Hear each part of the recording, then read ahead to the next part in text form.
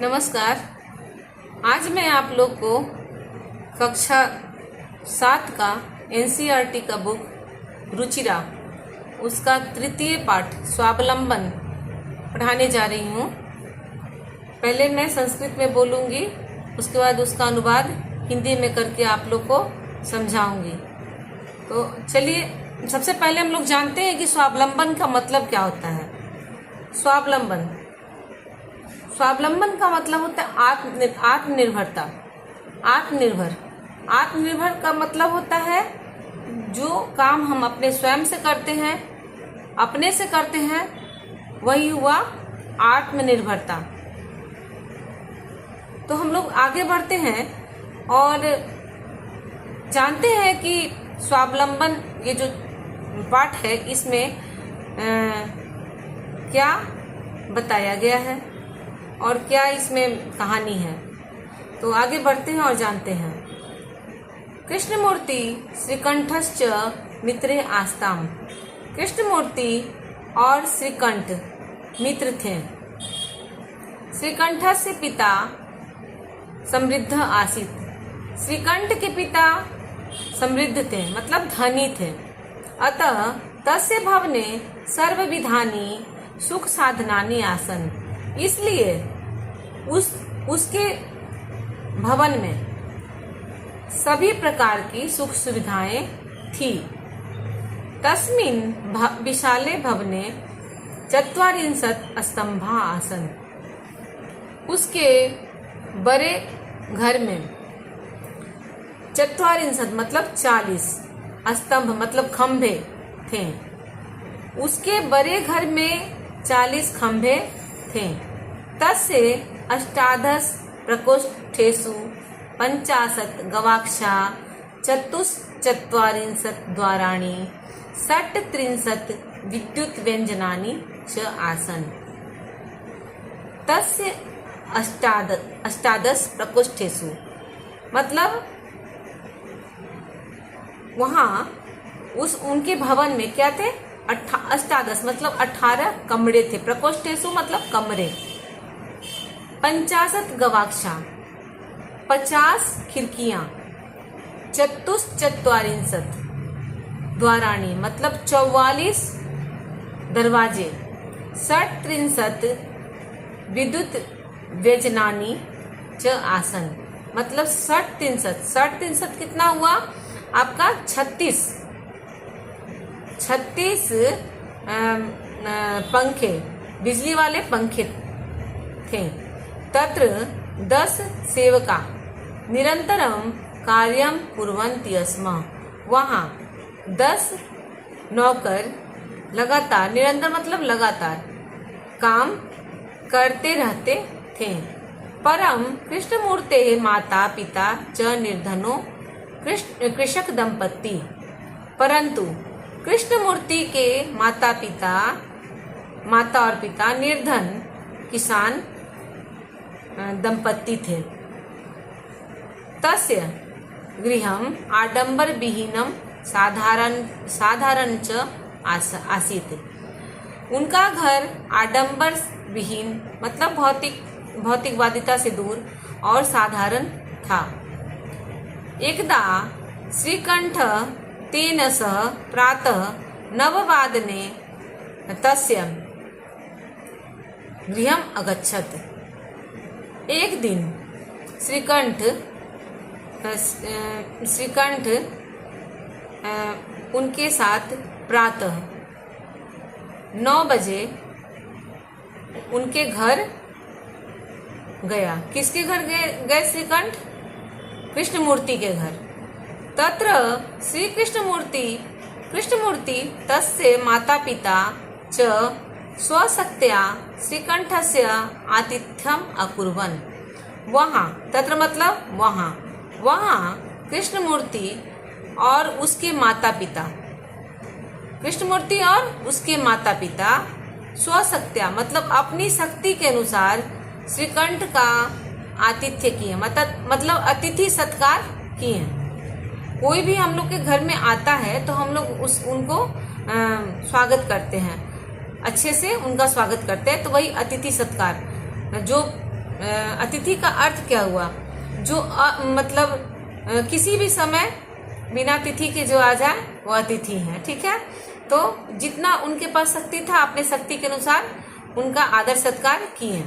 एतद् दृष्ट्वा श्रीकंठ अकथयत्, यह देखकर श्रीकंठ बोले, मित्र अहम भवताम सत्कारेण संतुष्टोस्मि। मित्र मैं आपके सत्कारेण मतलब आपके सत्कार से संतुष्ट हूँ। सत्कार है ना, सत्कार यहाँ पर है एण, मतलब यहाँ पर से तृतीय विभक्ति है, संतुष्ट हूँ। केवलम इदमेव मम दुखम यत् तव गृहे एकोपि भृत्य नास्ति। केवल मुझे यह दुख है कि आपके घर में एक भी भृत्य मतलब नौकर, सेवक, ठीक है, एक भी नौकर नहीं है। मम सत्काराय भवताम बहु कष्टम जातम। मेरे सत्कार से आपको बहुत कष्ट हुआ। मम गृहे तु बहवः कर्मकरा सन्ति। मेरे घर में तो बहुत सारे काम करने वाले हैं। तदा कृष्णमूर्ति अवदत्, तब कृष्णमूर्ति बोला, मित्र ममापि अष्टौ कर्मकरा सन्ति। मेरे भी 8 काम करने वाले हैं। ते च द्वौ पादौ द्वौ हस्तौ द्वे नेत्रे द्वे श्रोत्रे इति। वे 2 पैर, 2 हाथ, 2 आँख और 2 कान हैं। एते प्रतिक्षणम मम सहायका, और ये प्रतिक्षण मतलब हर समय मेरी सहायता करते हैं। किंतु तब भृत्या सदैव सर्वत्र च उपस्थिता भवतुम ना शक्नुवन्ति। किंतु आपके जो नौकर चाकर हैं या सेवक हैं वो हर समय हर जगह उपस्थित नहीं होने में सक्षम, मतलब उपस्थित नहीं हो सकते हैं। ना शक्नुवन्ति मतलब नहीं हो सकते हैं। त्वं तु स्वकार्याय भृत्याधीनः, आपका तो हर काम नौकरों के अधीन है।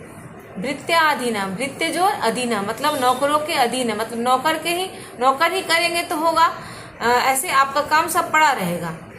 यदा यदा ते अनुपस्थिता तदा तदा त्वं कष्टम अनुभवसि। यदा यदा मतलब जब जब वे अनुपस्थित होंगे तब तब, तदा तदा तब तब त्वं कष्टम अनुभवसि, आपको कष्ट का अनुभव होता है। स्वावलंबने तू सर्वदा सुखमेव, अपने काम करने से तो हर वक्त सुख होता है। ना कदापि कष्टम भवति, और कभी भी कष्ट नहीं होता है।